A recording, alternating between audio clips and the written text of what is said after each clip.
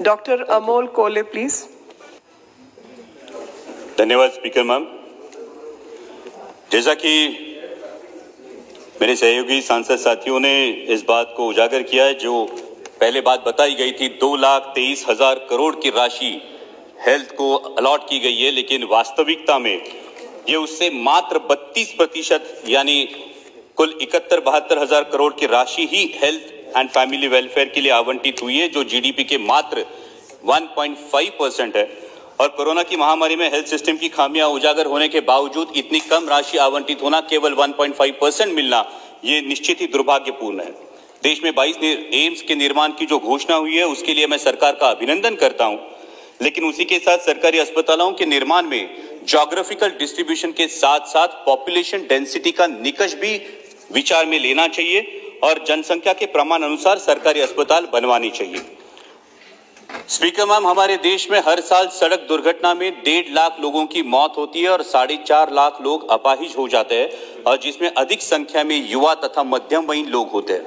और हर road accident में सबसे अहम होता है ट्रीटमेंट इन गोल्डन आवर।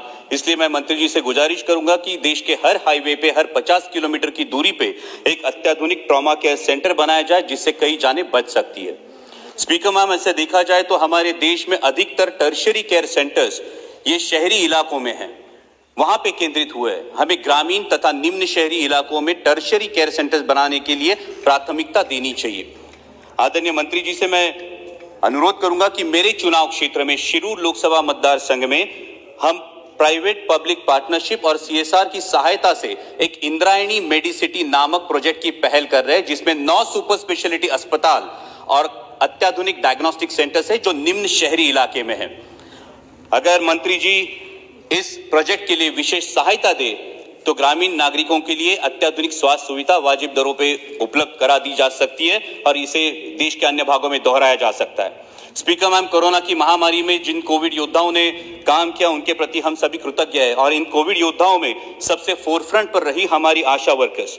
हाल ही में सरकार ने आशा वर्कर्स के मानधन को दुगना किया, ये अच्छी बात है, लेकिन जिन आशा वर्कर्स ने अपनी जान जोखिम में डालकर देश की सेवा की, क्या उनके लिए महज 2,000 रुपए का मानधन काफी है? मैं मंत्री जी से गुजारिश करना चाहूंगा कि आशा वर्कर्स का योगदान, जिम्मेदारी और जोखिम को नजर रखते हुए उन्हें मिनिमम वेजेस के समान एक सम्मानजनक मानधन दिया जाए। स्पीकर मैम, पिछले दिनों तीरा कामत नामक एक बालिका के इलाज के लिए आवश्यक इंजेक्शन की इंपोर्ट तथा एक्साइज ड्यूटी आदरणीय प्रधानमंत्री जी ने वेव ऑफ कर दी, और इस सहृदयता के लिए मैं आदरणीय प्रधानमंत्री जी का आभारी हूं। मेरे चुनाव क्षेत्र से वेदिका सौरभ शिंदे, ये सिर्फ 8 महीने की बच्ची, और पिंपरी चिंचवड से युवान रामटेककर, ये 1 साल का बच्चा इसी बीमारी से जूझ रहे हैं। मंत्री जी, ये एक जेनेटिक डिसऑर्डर है जिसे स्पाइनल मस्कुलर एट्रोफी टाइप 1 कहते हैं, और इसके इलाज की इंजेक्शन की कीमत है 22 करोड़ रुपए, और ये 22 करोड़ रुपए की राशि हर बार क्राउड फंडिंग से उपलब्ध कराना बहुत ही मुश्किल है। मेरा आपसे अनुरोध है कि इन महंगे इलाजों के लिए बजट में विशेष प्रावधान हो और औषध निर्माण कंपनियों से चर्चा कर पेशेंट असिस्टेड प्रोग्राम के तहत ऐसे इंजेक्शंस जरूरतमंदों के लिए उपलब्ध कराए दिए जाए। स्पीकर मैम, हमने विश्व के सबसे बड़े टीकाकरण अभियान की शुरुआत की, जिसके लिए मैं सरकार का अभिनंदन करना चाहूंगा, लेकिन लोगों के दिलों में जितना कोरोना का डर है, उतना ही डर है लॉकडाउन का, और लॉकडाउन की वजह से रोजगार चला जाने का। इसलिए ऐसे राज्य जैसा महाराष्ट्र, जहां पे कोरोना की दूसरी वेव दस्तक दे रही है, वहां 18 साल से ऊपर आयु वाले व्यक्ति को जो वर्किंग फोर्स हो, उन्हें वैक्सीन ऑन डिमांड मुहैया कराई जाए, ताकि दोबारा अर्थव्यवस्था आहत ना हो। और उसी के साथ वैक्सीनेशन सेंटर्स के लिए जो कंडीशन है 100 बेडेड हॉस्पिटल्स की, ग्रामीण इलाकों में 100 बेडेड हॉस्पिटल्स अवेलेबल नहीं है, इसलिए जो 50 बेडेड डीएचसी तथा डीसीएचसी है, वहां वैक्सीनेशन सेंटर्स को मंजूरी दी जाए, ताकि वैक्सीनेशन का प्रमाण और दायरा बढ़े। मौजूदा निकषों के अनुसार स्पीकर मैम, महाराष्ट्र को अभी 3,54,00,000 वैक्सीन डोसेस की आवश्यकता है, लेकिन अभी तक सिर्फ 65,49,000 ही डोज सप्लाई हुए हैं। हर हफ्ते की मांग के सिर्फ 25% डोज महाराष्ट्र को मिलते हैं। हम बाकी देशों को वैक्सीन भेज रहे, वाहवाही बटोर रहे, दूसरों की सहायता करना निश्चित ही अच्छी बात है, लेकिन हमारे छत्रपति शिवाजी महाराज ने हमें सिखाया है, ज्याचा बाले किल्ला मजबूत त्याचा गड सुरक्षित, आणि ज्याचा गड सुरक्षित त्याचाच मुलुक सुरक्षित।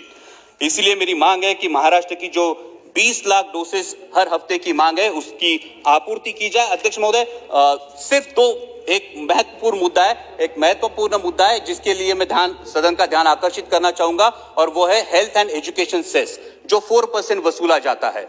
और मंत्री जी से अनुरोध करूंगा कि वो इस अपने भाषण में इसका ब्यौरा जरूर दे कि इस 4% हेल्थ एंड एजुकेशन सेस का जो विनियोग है वो किस प्रकार स्वास्थ्य संबंधी मामलों पर किया जाता है, ताकि देशवासियों को भी पता चले।